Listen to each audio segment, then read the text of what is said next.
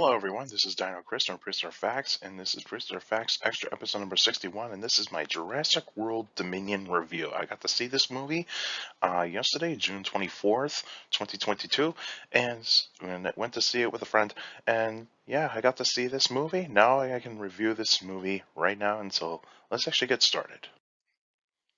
So, Jurassic World Dominion. This movie is directed by Colin Trevorrow. It was released June 10th, 2022. In the cast, you have Sam Neill, Laura Dern, Jeff Goldblum, Bryce Dallas Howard, Chris Pratt, DeWanda Wise, Isabella Sermon, and B.D. Wong are in this movie. And so you have a lot of characters in this movie. You have your Jurassic World characters, and you got your iconic trio of Jurassic Park characters. And so the meshing of these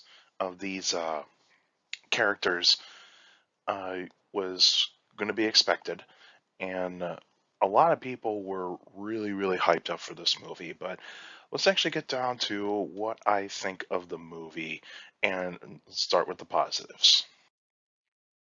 So the positives of this movie, the action scenes. The action scenes were amazing. The action scenes were very well shot. There were pretty cool uh, camera shots, good angles, and also those action scenes were pretty much the like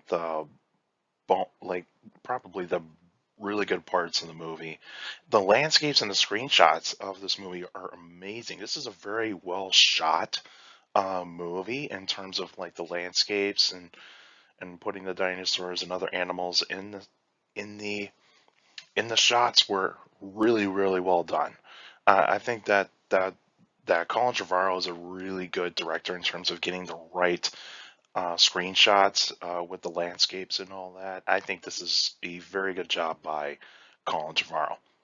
The best character in this movie is Jeff Goldblum's character, Ian Malcolm. Ian Malcolm's the best character in this movie, and you get your Jeff Goldblumisms in this movie, which are really hilarious. Uh, he does a very good job playing Ian Malcolm. I still say Jurassic Park. Ian Malcolm is probably the better acting performance of Jeff Goldblum in the Jurassic franchise. Then it's Lost World Jurassic Park, excuse me. Then it's this movie. I'm not counting Fallen Kingdom because he was only in the movie for like 5 minutes, which is the beginning of the movie and the end of the movie. I don't count Fallen Kingdom uh, as part of an acting performance. Really, I need to see more than 5 minutes than of Jeff Goldblum in a movie and of a Jurassic movie. And so this was a very good job by Jeff Goldblum. I think Jeff Goldblum did the best job in this movie. And the best dinosaur in this film, Therizinosaurus. I was very surprised by Therizinosaurus. It's very well done uh, design. It was a really good behavior traits that were in this movie. I loved how the Therizinosaurus was portrayed in this movie. I love this dinosaur. I think this is the best dinosaur in this film by far, by far. There are some other cool dinosaurs in here, but I'll get down to what I think of the other types of dinosaurs in a bit. And so let's actually move on to the mixed. The mixed bits of this movie. So what I mean by mixed is that they were in the is like things were in the movie, and some of them can be questionable about like the way the characters go, or otherwise the plot, or any of the other aspects like the special effects and all that sorts of stuff. So first off, the villains. I think this movie, because this movie kind of has three villains. And you get your first villain who is kind of like a bounty hunter type of guy. Then you actually have another villain who is a woman who is kind of like a black market uh, uh, person, so to speak. And then you got um, Lewis Dodson. Lewis Dodson is supposed to be the main villain in this movie. Like he does get some screen time, but it seems like he's like kind of like numero uno. But then he kind of gets not too much shine in this movie. I think this does feel like that there's too many villains in this movie a little bit, kind of like what Batman and Robin was, or Spider-Man 3. because those movies were criticized for having too many villains. And yeah, I think the villains were a little bit confusing a little bit because I think like it just kind of felt like that they were putting too many characters in one movie. And also the plot. This was like a spy thriller type of plot in this movie. Like it was kind of like a Mission Impossible, James Bond, or Jason Bourne type of plot, and doesn't really fit in a Jurassic movie. Like it can if it was done properly, but I think this movie, it's kind of, I think with this like spy thriller plot, it just kind of feels like that like whoever decided to put this in, to put a spy thriller plot in the movie, we're like watching like the Mission Impossible movies and the James Bond movies, and we're like, I wonder if this would be a good idea to put in a Jurassic movie. Like, I get why this was put. I get why this was a plot in this movie, but I just don't know if it really fits. I really don't know. I think it could have been done better, but it could have actually it couldn't have it would have gotten worse. But it's kind of like one of those like mid tier type of things. Like, does it really belong? I mean, like we get it, but does it really belong? The dinosaur CGI was not great in this film. I think this film kind of feels like that the dinosaurs uh, were going to have really, really neat designs, but the CGI just kind of makes it look like that they were not finished. It does seem like a lot of those dinosaurs came from a video game than uh, like making them like actual real dinosaurs. I will say that the CGI in Prehistoric Planet is far better uh, than Jurassic World Dominion. And so the CGI, dinosaur CGI in this movie was average to subpar. So it did feel like that the dinosaurs were kind of not totally finished. And also the locusts in this movie, like I understood why they needed to go to this route to add in like these like Cretaceous locusts. But then it just feels like, do they really need to be in this movie at all? Because like there's also like a bit in this movie where these animals catch on fire, and then they just kind of lay waste to the biosyn uh, like resort, and so it kind of feels like that like they were just put in just for the sake of it, for the story. I can understand that, but then it's just like I don't really know if these locusts belong in this movie. Like I understand, but I don't know if they really belong in this movie. Now let's talk about the negatives. The negatives in this movie. There is a lot of holes in this movie, and you can point these out. The number one negative of this movie, the number one negative is bad editing. This is a poorly edited film, and you will see this if you have not seen this film. Uh, like you could still go see the film, but you can definitely tell the editing in this movie is very bad. This is a very bad edited movie. I think like certain scenes didn't really belong. There were certain scenes uh, that were kind of like out of order, and so I do feel like that like like there had to be like some interference going on here about like, well, we need to get to this point and we need to move this scene over here and move this scene later, and like it just felt like that there was just too much going on with the editing, and I I just feel like that this is a movie that just did not have the greatest direction in editing and all that. And the dialogue in this movie is very cheesy. This is very cheesy dialogue.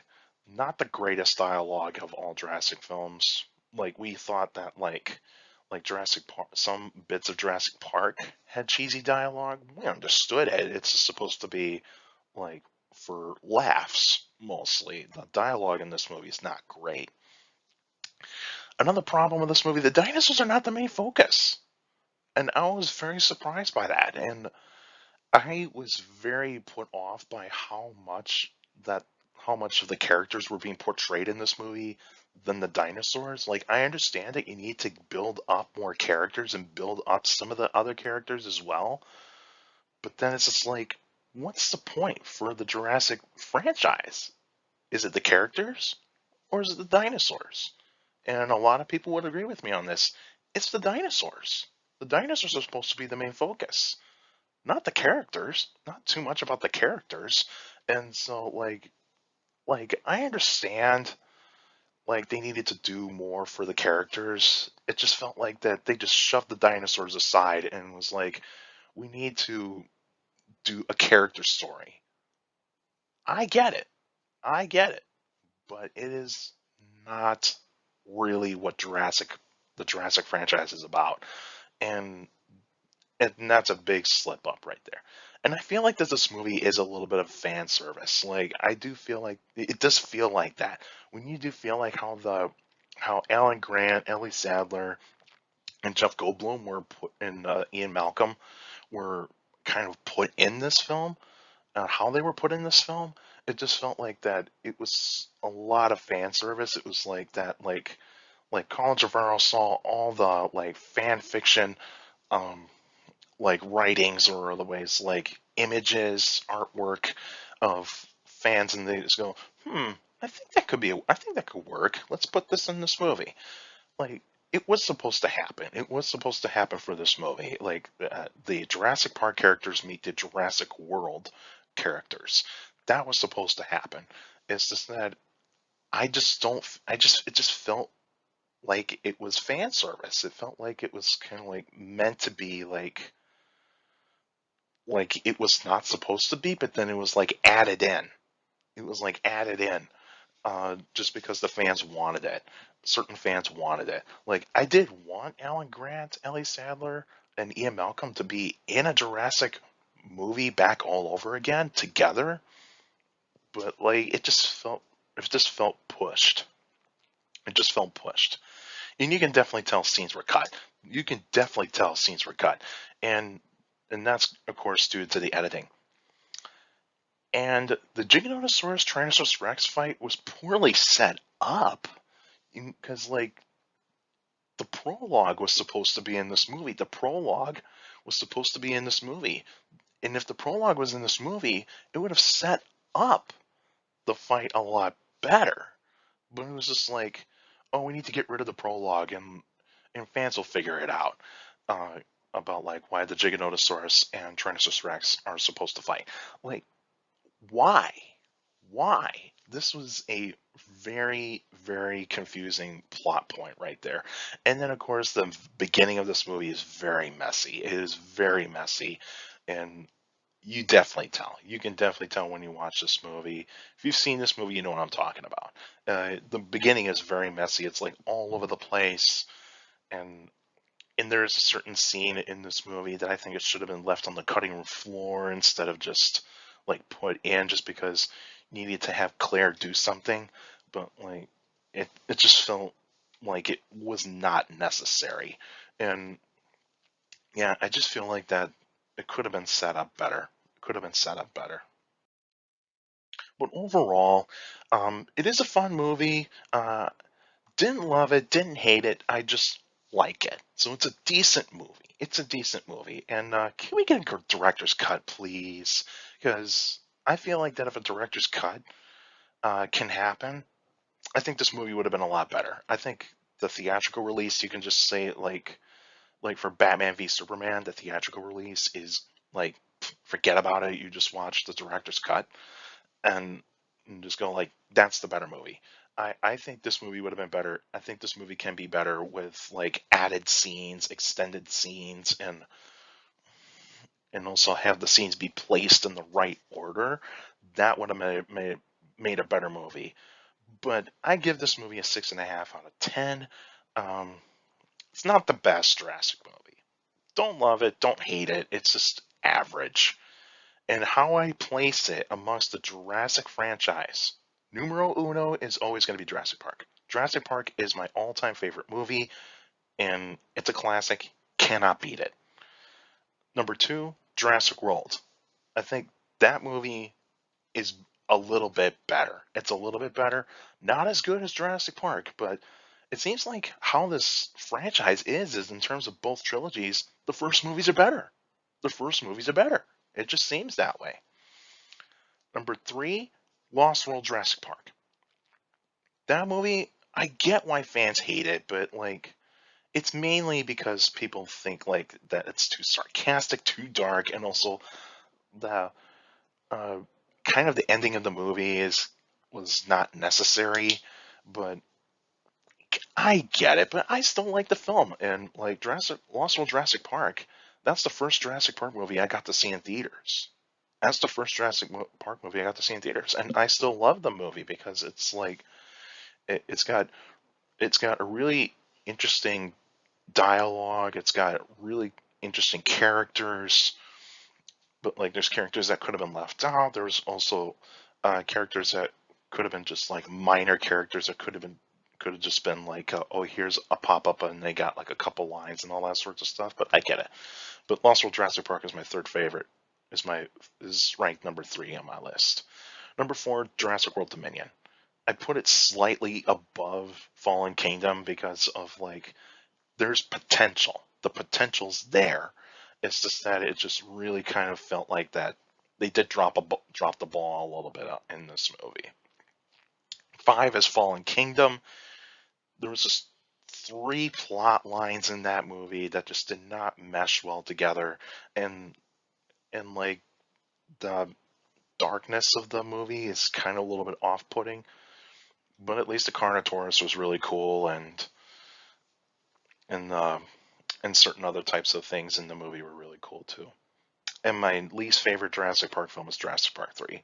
The movie's a mess because if you have seen like the what was going on behind the scenes, like they never really had a full written script. They had to write a script on the fly while filming, and also shortest Jurassic movie, and of course characters were dumb. Characters were dumb in that movie, but I understand why people like Jurassic Park 3. It's a roller coaster ride type of movie. You know it's and also it's kind of like a fast food movie.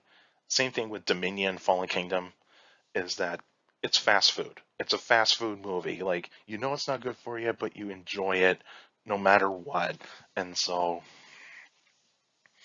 but like you can't have it every day, but you know it's okay. But like that's my list of how I rank the Jurassic Park films. Number one is Jurassic Park. Number two is Jurassic World. Number three is Lost World Jurassic Park. Four is Jurassic World Dominion. Five is Jurassic World Fallen Kingdom. And six is Jurassic Park 3. And let's see where this franchise goes.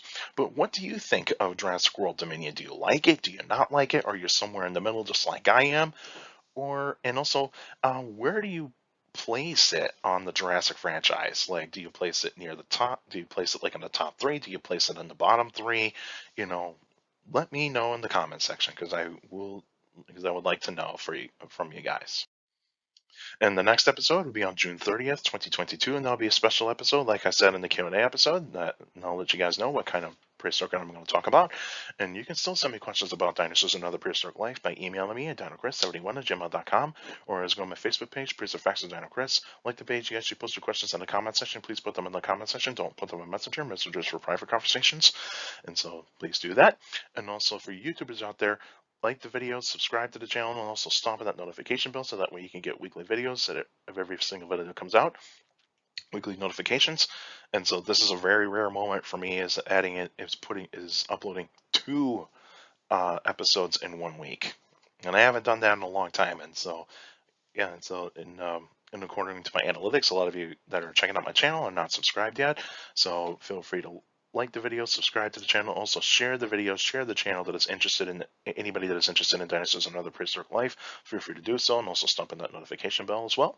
And for YouTubers out there, feel free to leave your questions in the comment section because I do read them all. Your questions do mean a lot on those Q&A episodes, and you guys are awesome. You give me really good questions, and make sure you keep your questions short and to the point. You can also follow me on Instagram at dino.chris.pf. I post pretty cool stuff on there. You can also follow me on Twitter at CSGRALL. It's my Twitter page. I post pretty cool stuff on there as well.